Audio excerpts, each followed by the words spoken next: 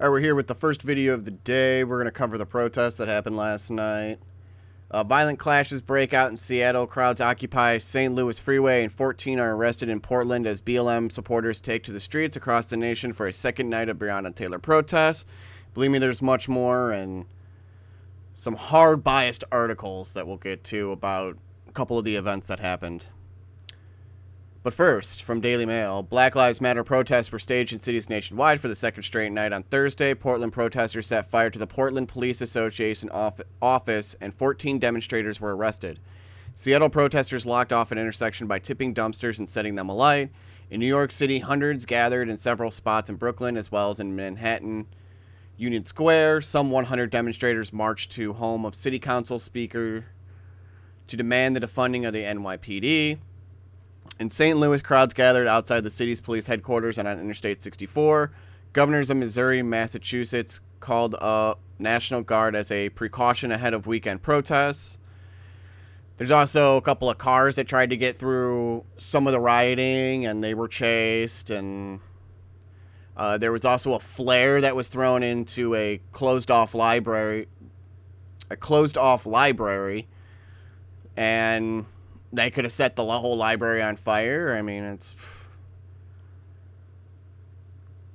who knows? We got protesters fought running battles with police on bicycles and blocked off intersections by setting dumpsters ablaze in Seattle on Thursday night as nationwide protests continued for a second night. Demonstrators have gathered across the country to express their anger. Yeah, we know. In Portland, Oregon, 14 were arrested after protesters set fire to plywood attached to the front door of a police union building and clashed with officers. Images posted online showed flames erupting outside the doors of the Portland Police Association office. Some protesters managed later to get on the roof of the building, police said in a statement on Friday. And who knows what they would have done. The protesters who were detained were arrested on charges ranging from disorderly conduct to interfering with officers and trespassing. So yeah, that's just, some of the basic facts, I guess, of what happened. We know there's going to be fires, there's going to be looting. They're going to try to set fire to federal buildings. That's what they're doing now. We got, the pictures that are showing up here. So, it's more calls to defund the police, abolish the police. And it's not even about Breonna Taylor anymore at this point. They're just back to being defunding police and abolishing the police. They're just back to their original tactics. That's all it is. Here you see a motorist drives through a crowd of protesters in Hollywood during a demonstration held to demand justice for the death of Breonna Taylor. Leaving out a lot of details there, but yeah. We'll get to that story. Don't worry, we'll get to that. So you just seen some of the pictures. A bunch of demonstrators went to a Unitarian church in Louisville. They were pretty much allowed to stay there past curfew. It was their sanctuary zone, which is pretty crazy because it's a church. They've already tried to burn down churches, so why would they then make a safe zone into a church? That's a little hypocritical. I mean, I get why the church would then, just, hey, I want to keep people safe. That's probably what he was thinking, and yeah. If they had pretty much left the premises, then they were arrested. If they tried to loiter around off property, then they would have been arrested. We got Louisville police major calls BLM and Antifa supporters punks who will always be living in their parents' basement and washing our cars in a message to division she commands. So maybe it was a little unprofessional of her to actually say that, but it wasn't a private email to her fellow officers, and the harshest thing she said was she called them punks and said they're going to be living in their parents' basement playing COD the rest of their life. Like, that's it? Really? I'm pretty sure I heard left-wing people calling right-wing people that all the time, saying they're just going to live in their parents' basement, being internet trolls, playing video games all the time. So when she says it, then it's just, it's national headlines. Oh, man, be careful. They're out to get you. No, they're not. Because calling them punks is probably the least worst thing she could have called them. I mean, they've been called thugs. I think that's worse than punks. But now it's going to get headlines.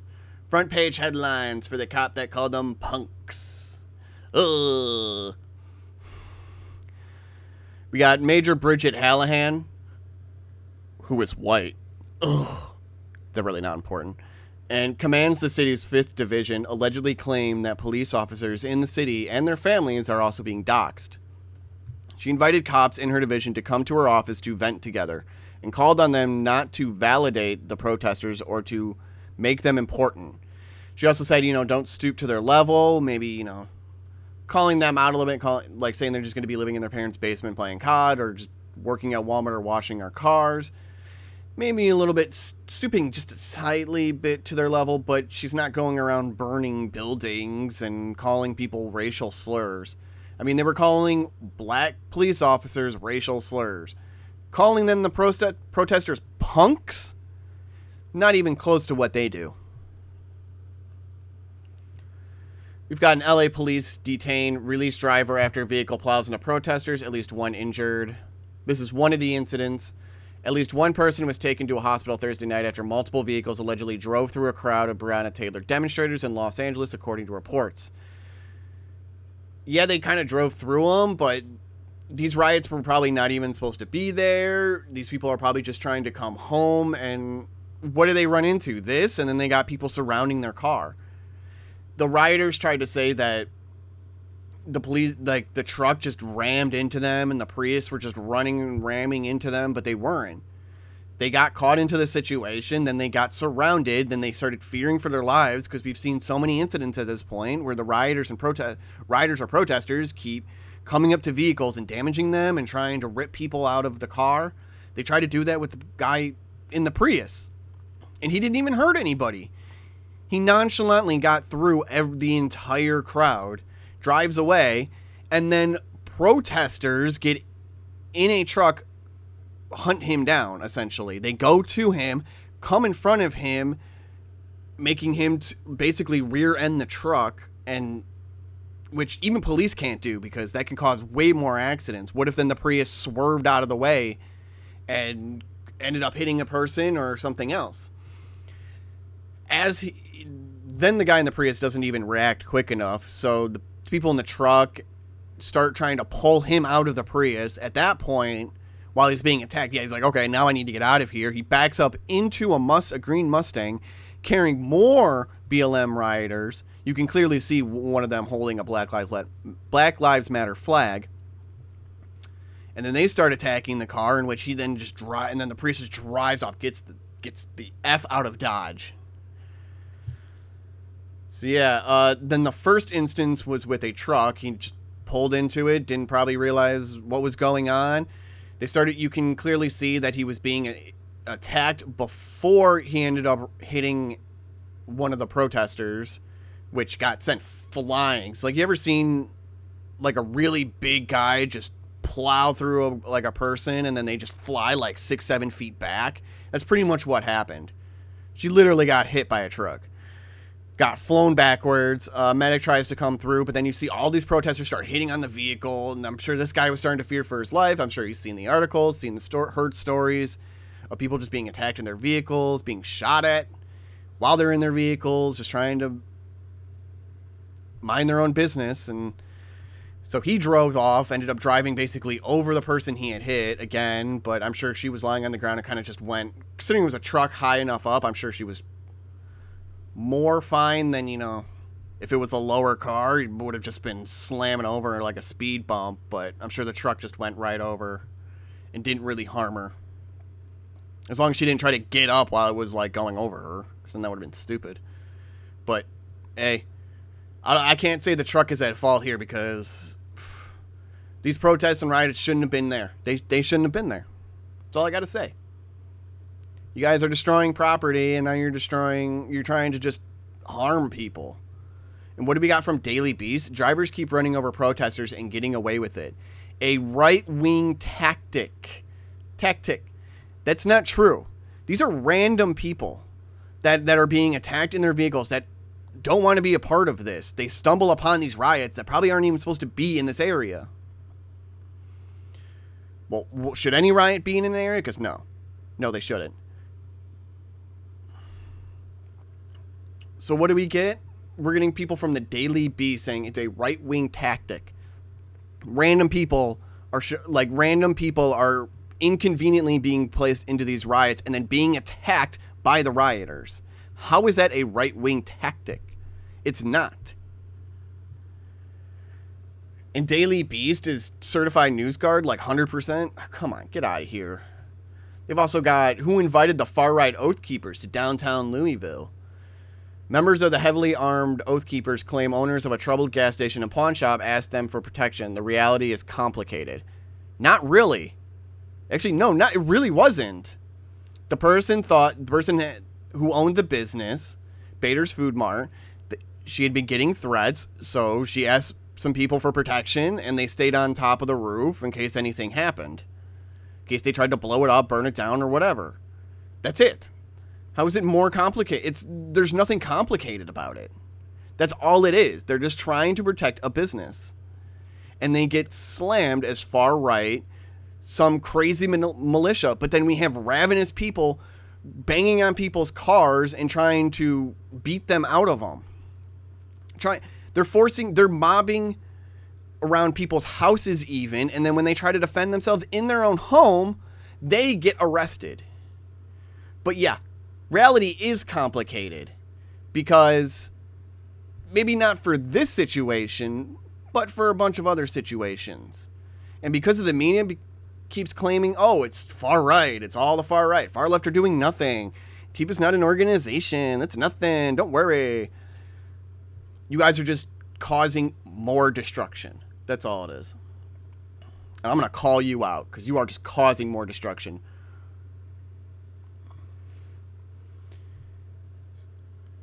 We have another sad story here. We got an Idaho man arrested for not wearing a mask at an outdoor worship service. It's just an outdoor worship service, and police came and arrested 3 people just for pretty much being outside and singing songs. That's it. And if that's what the cops are going to do in some of these smaller neighborhoods, then yeah, the police need reform, because if they're just willing to do whatever a mask mandate is, dictating, instead of, what the actual people want or believing in their own beliefs, just follow orders. Just follow orders. That's all they seem to want, I guess. Not all of them. Obviously, there's going to be good ones. But if you're just going to arrest people for not having a mask, then maybe police officer, you do have some problems. We've got up next is America suffering protest fatigue. Support for BLM demonstration falls to 39% from 54% in 3 months amid fresh unrest over Breonna Taylor ruling. Maybe it's because of all the destruction. Maybe. Innocent people are getting hurt. Random drivers are just being attacked. Journalists are being attacked. So what do you expect? Of course support is going to go down. It's probably the lowest it's ever been now. And I wonder why. Oh, well, I know why. It's because of the destruction, antagonizing, and all the fear they're doing to regular citizens. The police aren't going to help you in these suburbs, it seems, because they're just going to arrest you. See, the major cities are trying to deal with all the riots, so they're barely able to help you even. What are you supposed to do? I don't know. Because apparently you can't defend yourself anymore. But hopefully Black Lives Matter support and Antifa support goes down so low that they have absolutely no recognition, and the media will have to disparage them. Because if they're just going to keep running defense like this is shameful. This is a shameful, biased article, and it's almost disgusting to read.